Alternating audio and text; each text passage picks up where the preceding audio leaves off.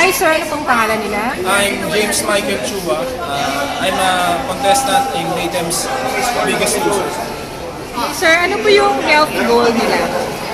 To lose weight and to Sige lang, kami na lang mag-edit.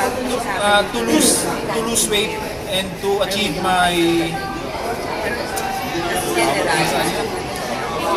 Waist, weight na weight goal? Ano po yung weight goal nila? 188 pounds, Nung nag-start kayo, ano po yung weight nila? 260.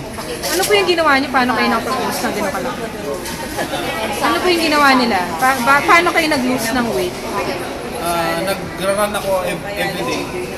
Tapos nag-eat ako ng maraming fiber. Sweet potato, tapos sinamahan ko siya ng silver fiber. Okay, sir. Tapos, nung nagsimula kayo, as in everyday po kayo nag-exercise?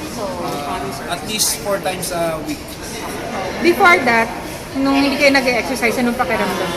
Mabigat, masakit sa tuhod. So ngayon na mas active ang lifestyle nyo, ano yung pakiramdam natin? Okay siya.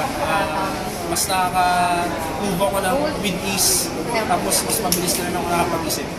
Yung pagiging healthy nyo, bukod sa kayo mismo gusto nyo maging healthy, ano ba yung reason behind? Ano ba yung goal nyo behind getting healthy? Kasi medyo nagkakaedad na rin para pag medyo doon ako sa mga late 50s, hindi healthy pa rin ako, strong pa rin. Hindi yung ugod-ugod na.